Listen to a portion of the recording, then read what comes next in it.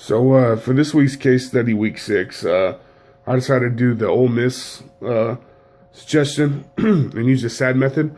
So pretty much what's going on is ESPN is in a dilemma with the Ole Miss Auburn game. The key play of the game includes a very gruesome injury, pretty much. And the question is, do you show the replay or not? And I think some values for ESPN here are the values as a media outlet are to present the public with the truth and keep them informed about sports news. So that's important with having to include plays no matter what they are in any highlight. And then they have a commitment to the public to show them the sports news. And that commitment, you have to show, it's such a big play in the game. I think you have a commitment to show that play to the public.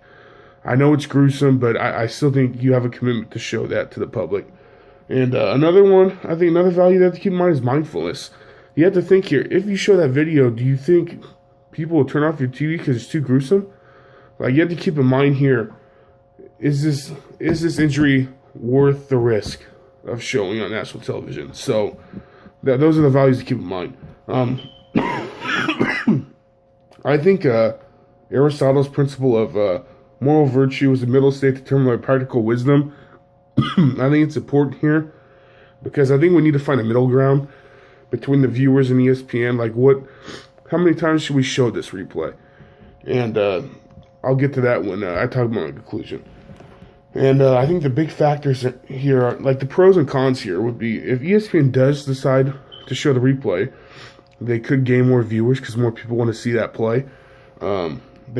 They're doing morally, they should feel okay because they're doing their job and showing the full highlight of the whole game, which they're committing to what they do.